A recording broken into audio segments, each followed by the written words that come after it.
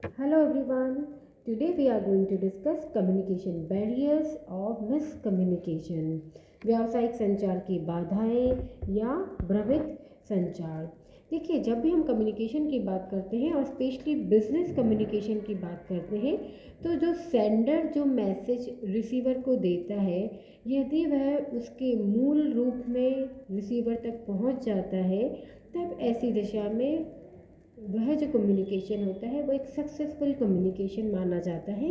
अर्थात जो सेंडर का जो उद्देश्य है वह उसे प्राप्त करने में सक्षम हो पाता है। लेकिन कई बार ऐसी सिचुएशन होती है, बहुत सारे ऐसे अवरोध होते हैं, ऐसी बाधाएं होती हैं जिसके कारण जो मैसेज है वह अपने मूल रूप में रिसीवर तक नहीं पहुंच पाता है, और इस कारण सेंडर का जो उद्देश्य है वह पूरा नहीं हो पाता है, और रिसीवर उस मैसेज को, उस संदेश को सही तरीके से उसे ग्रहण नहीं कर पाता है और उसका वह सही फीडबैक या रेस्पॉन्स नहीं कर पाता है। तो यह कहलाता है एक तरह से भ्रमित संचार। Let's see the definition. When the message from sender is not received by the receiver in its original format, then such obstructed and ruined form of message transmitted is called miscommunication.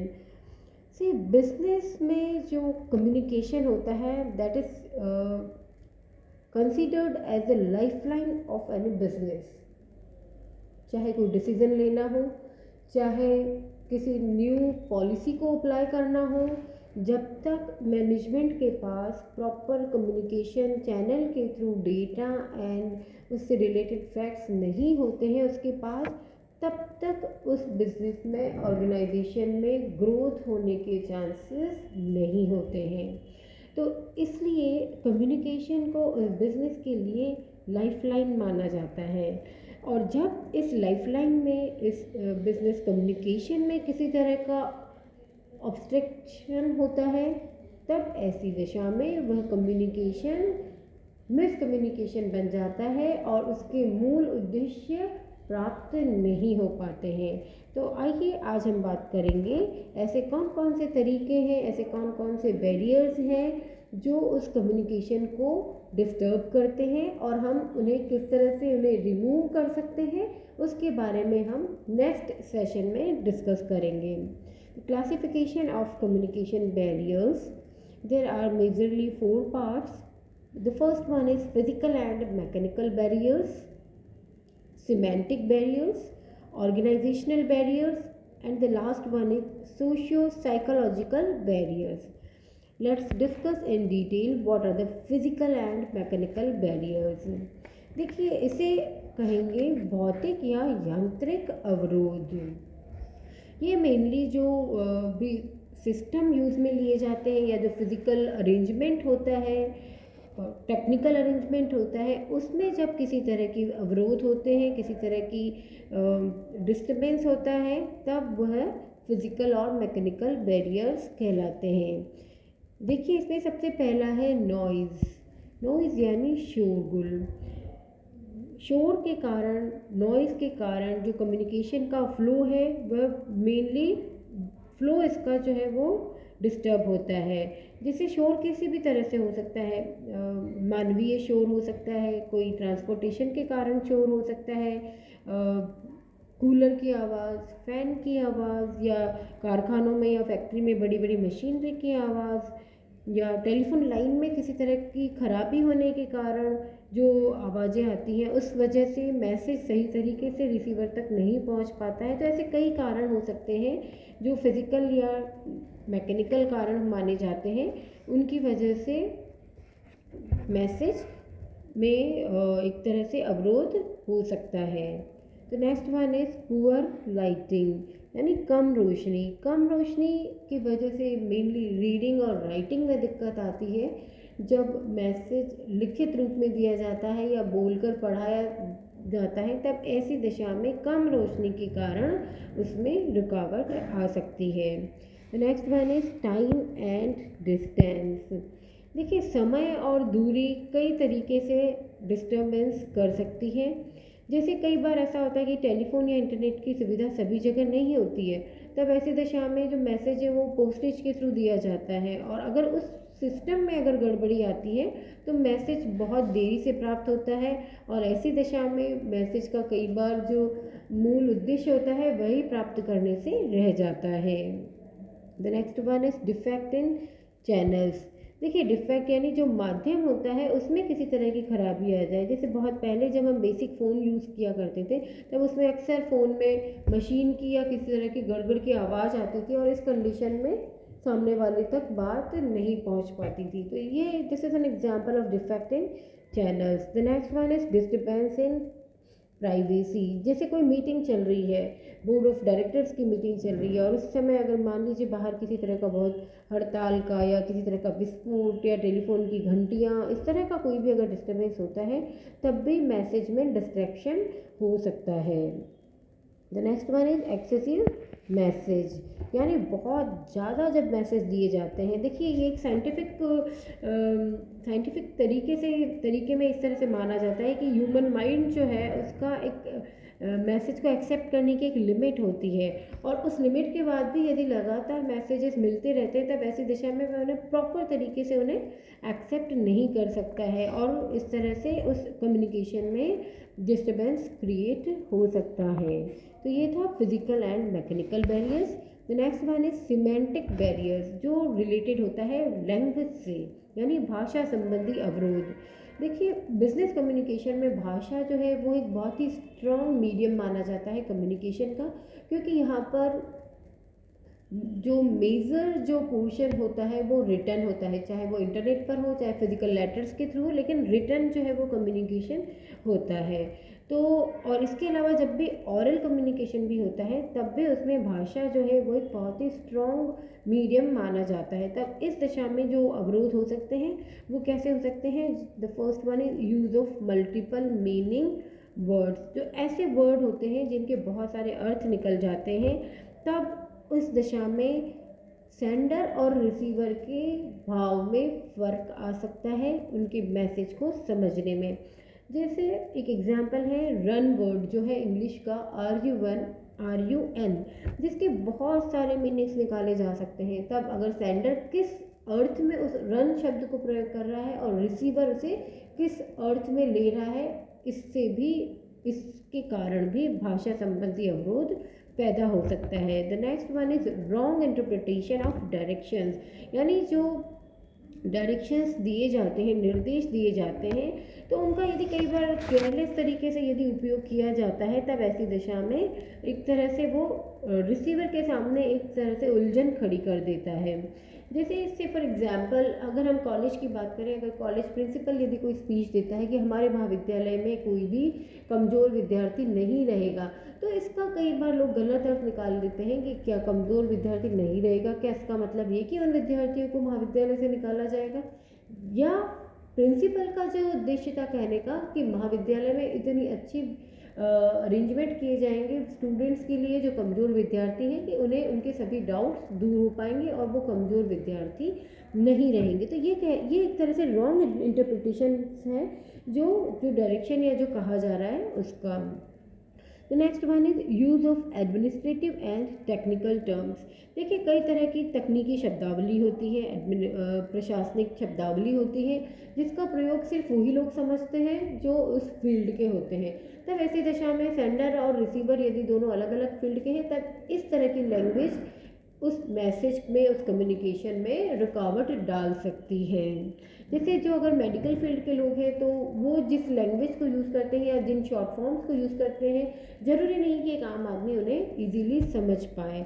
तो ये कई बार इस तरह के अवरोध पैदा हो जाते हैं। Next one is unclear assumption, यानी जो मान्यताएं होती हैं, अजम्पशंस होती हैं, कई बार वो क्लियर नहीं होती हैं। जैसे एक एग्जांपल है कि एक ऑफिस के नोटिस बोर्ड पर लिखा था कि ऑफिस जो है वो मंगलवार से शुक्रवार तक बंद रहेगा।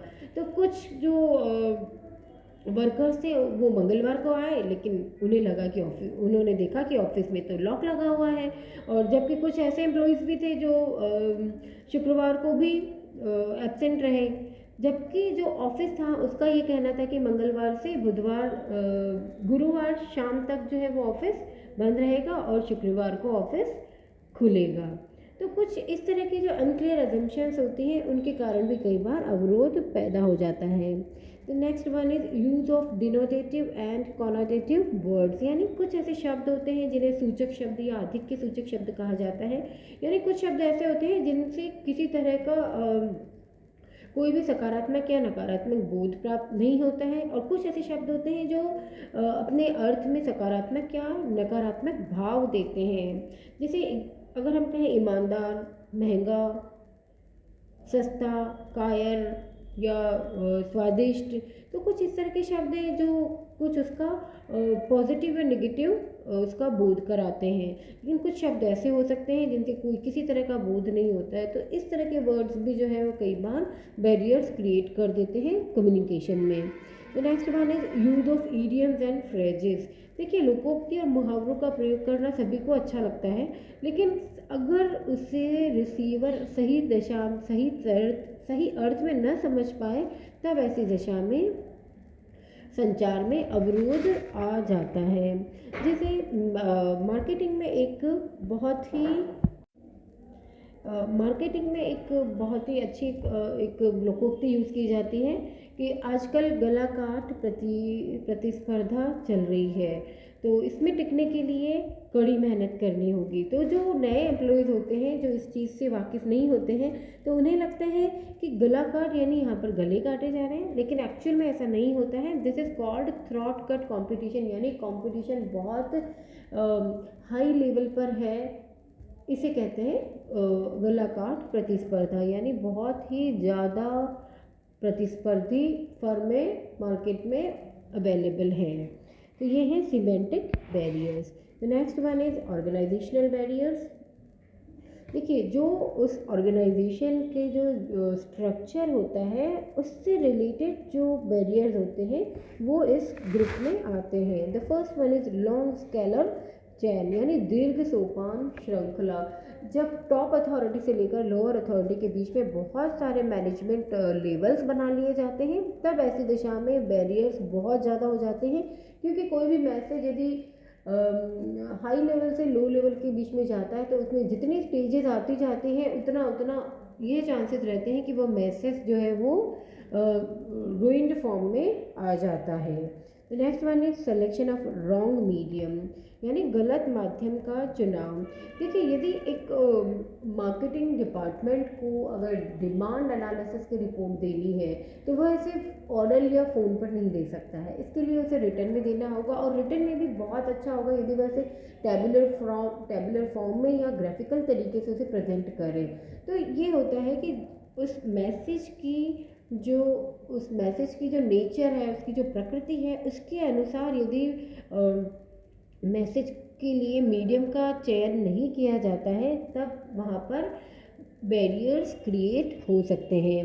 The next one is policies और रूल्स। कई बार जो ऑर्गेनाइजेशन के अंदर कुछ ऐसे पॉलिसीज़ एंड रूल्स होते हैं जिनको बनाया जाता है सुरक्षा के लिए, सेफ्टी के लिए, एक सिस्टम मेंटेन करने के लिए, लेकिन कई बार वो इनमें अवरोधों का काम भी कर देती है। जैसे कि यदि किसी पर्टिकुलर डिपार्टमेंट को कोई इन्फॉर्मेशन चाहिए और वह उसे बहुत ही शीघ्र चाहिए, लेकिन रूल ऐसा है कि रिटर्न में जब तक लेटर नहीं जाएगा तब तक उसका रिटर्न में रिप्लाई नहीं मिलेगा, पर्टिकुलर अथॉरिटी के सिग्नेचर के बिना उस लेटर की कोई वैल्यू नहीं मानी जाएगी, तब ऐसी दशा में यहाँ पर एक तरह का बैरियर क्रिएट हो सकता है जो उनके रूल्स एंड रेगुलेशंस की वजह से हुआ माना जाता है।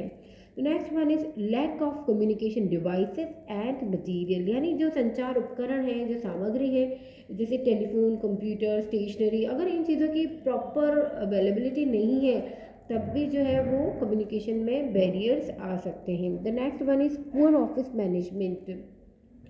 किसी भी ऑर्गेनाइजेशन में जो ऑफिस का जो स्पेस होता है जिसमें बहुत सारे एम्प्लॉयज़ काम करते हैं, उनका जो मैनेजमेंट है, उनका सिटिंग अरेंजमेंट है, अगर वह प्रॉपर नहीं होता है तब ऐसी कंडीशन में भी कम्युनिकेशन बैरियर्स क्रिएट हो सकते हैं। Next one is line and staff relationship, यानी जो रेखा और स्टाफ संबंध होते हैं उनके बीच में किस तरह का संबंध है। यदि उनके बीच में संबंध मधुर है तो कम्युनिकेशन बहुत ही फ्लो रहता है, लेकिन यदि उनके रिलेशनशिप में डिस्टर्बेंस होता है, यानी उनके बीच में, उनके मन में किसी तरह के दूरी रहती है, तब ऐसी दशा में जो कम्युनिकेशन है वह प्रॉपर नहीं हो पाएगा। Next one is socio psychological barrier, यानी ज्ञानात्मक अवरोध या सामाजिक और मनोवैज्ञानिक बाधाएं इन्हें कहते हैं। कई बार सेंडर और रिसीवर की मानसिक स्थिति में भी बहुत परिवर्तन आते हैं, उसकी वजह से भी जो है वो बैरियर्स क्रिएट हो सकते हैं। देखिए, the first one is behaviour and attitude, यानी व्यवहार और दृष्टिकोण। देखिए, किसी भी पर्टिकुलर टॉपिक से रिलेटेड, किसी भी पर्टिकुलर मैसेज से रिलेटेड हर एक का व्यवहार, हर एक का एटीट्यूड, उनका दृष्टिकोण अलग अलग हो सकता है। तो यदि जो सेंडर और रिसीवर का एटीट्यूड अगर सिमिलर रहता है, तब ऐसी दशा में वह कम्युनिकेशन बहुत ही प्रॉम्प्ट और फ्लो हो सकता है उसमें। लेकिन यदि उन दोनों के एटीट्यूड में एकरूपता नहीं है, तब ऐसी दशा में जो कम्युनिकेशन है सेंडर और रिसीवर के बीच में वो मिसकम्युनिकेशन बन सकता है।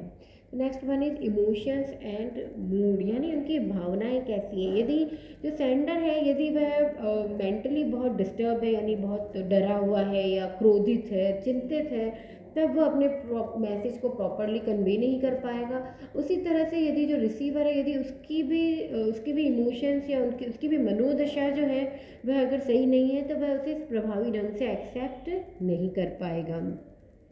Next one is status consciousness, यानी स्थिति बोध। देखिए, एक ऑर्गेनाइजेशन में हर लेवल के व्यक्ति होते हैं। कुछ टॉप अथॉरिटी हो सकते हैं, मिड लेवल अधिकारी हो सकते हैं, या कनिष्ठ अधिकारी हो सकते हैं। तो उनके बीच में कुछ उनकी जो पद के कारण जो बैरियर्स आते हैं, तो वह भी एक तरह से एक बैरियर का पद के कारण जो उनके बीच में गैप आता है कम्युनिकेशन में, उनके संचार में जो अवरोध होता है, तो वह उसे कम्युनिकेशन के उद्देश्य को पूरा करने में असफल हो सकता है। Next one is in attention, यानी ध्यान की कमी। कई बार नया विचार आता है और यदि वह व्यक्ति उस पर ध्यान नहीं देता है और वह उन्हीं पर ध्यान देता है जो उसके मस्तिष्क में पहले से है, यानी वह नए विचार को मस्तिष्क में जगह नहीं बना सकता है, तब ऐसी दिशा में मैसेज अपना पूरा उद्देश्य प्राप्त नहीं कर पाएगा। The next one is close mind, यानी खुले मस्तिष्क से काम नहीं लेना। बहुत से ऐसे व्यक्ति होते हैं जो पूर्वाग्रह से ग्रसित होते हैं, तो उन्हें जब नई नई चीज़ें या नए नए चैलेंजेस जब उनके सामने आते हैं, तब वैसे जल्दी से एक्सेप्ट नहीं कर पाते हैं, क्योंकि वो अपने उस खुले मस्तिष्क से सोच समझकर काम नहीं करना चाहते हैं। Next one is poor retention, यानी अल्प अवधारणा। देखिए, जो हमारा ह्यूमन माइंड है, उसकी एक कैपेसिटी है कि वह कितनी चीज़ें सुनता है और कितनी चीज़ें उनमें से एक्सेप्ट करता है, कितनी उन्हें याद कर सकता है। तो एक व्यक्ति की जो सीमा है वो सबकी अलग अलग हो सकती है। तब ऐसी दिशा में संचार का जो बहुत कम भाग ही वास्तव में फलित हो पाता है, और बाकी जो रेस्ट ऑफ है वो कहीं उसमें मिस हो जाता है। The next one is distrust और सेल्फिशनेस, यानी किसी तरह का उसमें अविश्वास होना। जो अधिकारी जो है, यदि वह अपने अधीनस्थों पर विश्वास नहीं कर पाता है, यदि उनकी क्षमता पर संदेह करता है, उसे डाउट होता है कि जो उसके जूनियर्स है वो काम को अच्छी तरीके से नहीं कर पाएंगे, तब ऐसी दिशा में जो कम्युनिकेशन पूरा प्रॉपर नहीं हो पाएगा। और जो सेल्फिशनेस होती है, स्वार्थ होता है, यानी कई बार ऐसी सिचुएशंस होती है जो रिसीवर के मन मुताबिक नहीं हो सकती है, तब भी वह उसे प्रॉपर एक्सेप्ट करने में सक्षम नहीं हो पाता है। The next one is perceptual distortion, यानी जो ज्ञान विषयक वक्रता है, यानी प्रत्येक व्यक्ति के सामने एक ही चीज़ के लिए हर व्यक्ति अलग अलग तरीके से सोचता है। जैसे यदि किसी खुली जगह पर चला जाए, प्रकृति के नज़दीक चला जाए, तो यदि वह कोई किसान व्यक्ति है तो वह उसमें खेती और इस तरह की चीज़ देखेगा। लेकिन यदि कोई कला प्रेमी है तो वह उसमें उस प्रकृति में उस सौंदर्य को निहारेगा। तो ये सभी का एक अलग अलग जो है ज्ञान विषयक वक्रता होती है। तो सिमिलरली यही चीज़ बिजनेस कम्युनिकेशन में भी मानी जाती है कि जो रिसीवर है उसकी ज्ञान की पृष्ठभूमि जो है, यदि वो संदेश से मेल नहीं खाती है, तो वह उस मैसेज को बहुत अच्छी तरीके से एक्सेप्ट नहीं कर पाएगा। And the last one, over and under communication. और कई बार जो है मैसेज बहुत ज़्यादा हो जाते हैं या कई बार बहुत कम होते हैं। इस दिशा में भी जो है कम्युनिकेशन बैरियर क्रिएट हो जाते हैं। बहुत ज़्यादा मैसेज होने की क्षमता में ह्यूमन माइंड उसे एक्सेप्ट नहीं कर सकता है। और यदि बहुत कम मैसेजेस आते हैं, यानी कि जो फैक्चुअल इंफॉर्मेशन है यदि वह भी रिसीवर के पास नहीं पहुंचती है, तब ऐसी दिशा में भी वहाँ पर बैरियर्स हो सकते हैं। तो ये हमने आज डिस्कस किए कि कितने प्रकार के जो है वो कम्युनिकेशन बैरियर्स हो सकते हैं। Thank you.